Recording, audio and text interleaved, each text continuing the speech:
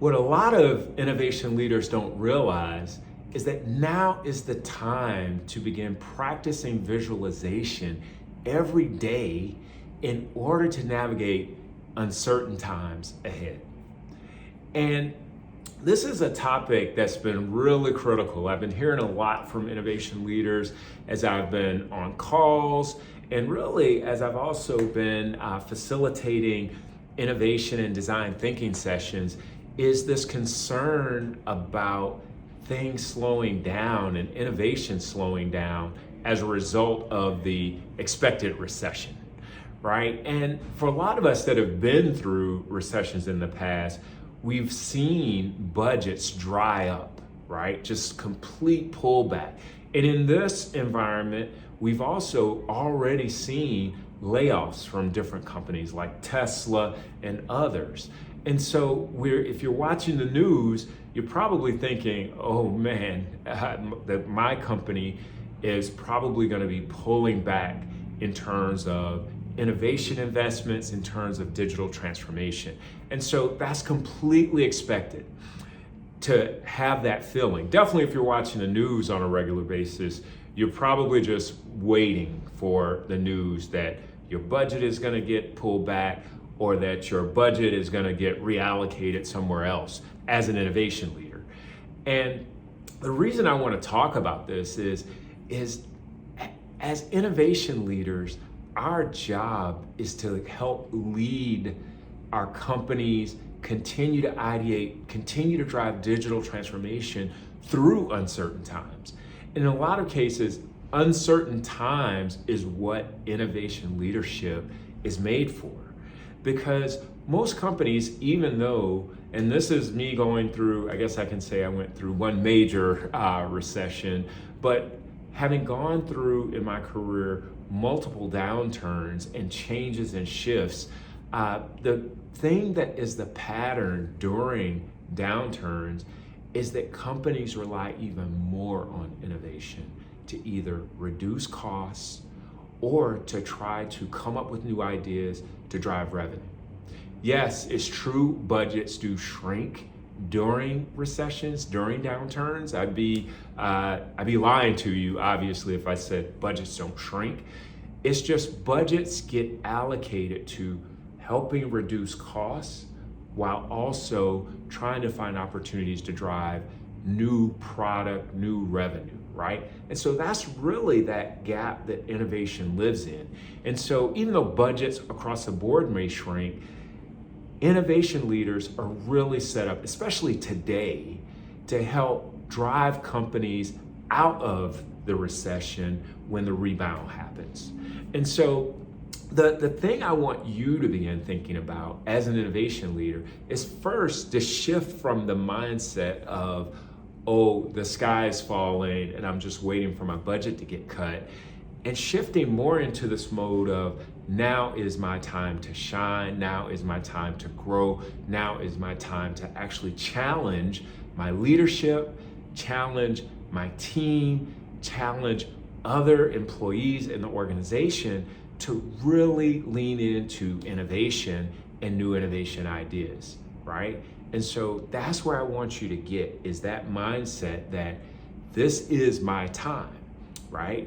And especially with the technology, the digital, the focus, if you think about where companies are investing, have been investing in things like low code, in things like process mining. And I know I'm getting geeky for some of my audience. I don't usually get into the low code process mining and talking about the technology or even talking about intelligent automation. I usually don't get into that. But the key is now those technologies are going to be critical more than ever. And if you're an innovation leader that has experience or has built up a depth of experience in design thinking, how to do design sprints, and you're connecting that capability of innovative thinking and innovation process with the actual technology, you're going to be unstoppable during this time, because that's what companies are going to be looking for. How do we get fast results, get an impact without spending a lot of money, test out ideas, and then we are sure of the ideas we're investing in? That's going to be that very special, magical place if you have those skills. And I think most of my audience has those skills, right? You already have the technology, but your secret sauce is that design thinking, design sprint capability. And so what I want you to do, this is the important piece here. It's not just about, I got design thinking, I have the technology pieces, I'm bringing them together. It's also about that mindset. It's about, do you have the mindset that is going to be needed to navigate this next stage? And when we talk about mindset, specifically what I want you to do, and if you need to take out a pen and a piece of paper, I want you to begin a routine around visualization.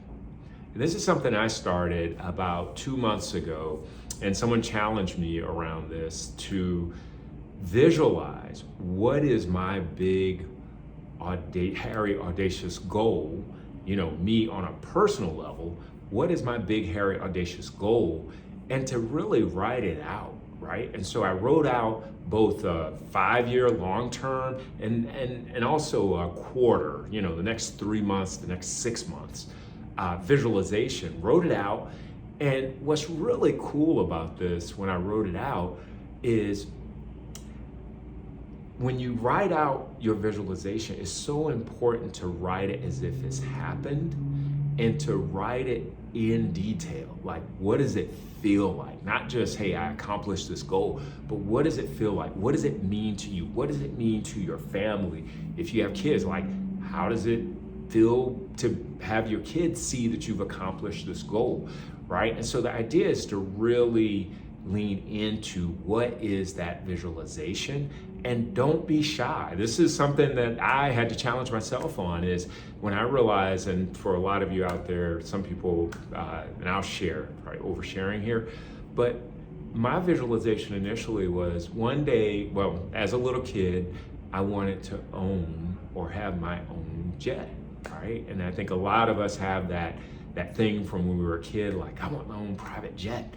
And that's something I've always wanted as a kid, and it's an experience that I got a chance to see when I was little, and it just was something that was always emblazoned in me that I want a jet, right? Or I want to be able to have a jet and ride on my own jet. And as a kid, that really was emblazoned in me, and when I started doing my visualization, that was the thing that I started thinking about, is like, maybe my visualization in the next 5-7 years is the jet. But I also undercut myself in the visualization, saying, well, is that may be cliche, everybody wants a jet or wants to be on a jet or whatever. And my coach shared with me, it's actually okay, and I want you, and she actually challenged me to lean into that idea or that vision of the jet. Forget about it being cliche, but focus on what does it feel like? What are the things you're doing? How does it feel to walk onto the jet, right? How does it feel to sit in the cushy seat?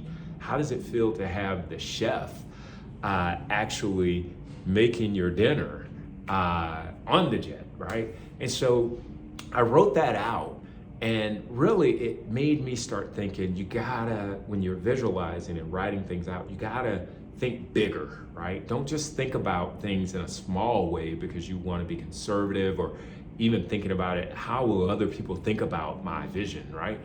And so I want you to think about that. And that can be both on a personal level, right? Or you can also focus on it in terms of your role as an innovation leader, right? If you kind of close your eyes and get into a time machine and you go out 12 months from now, right?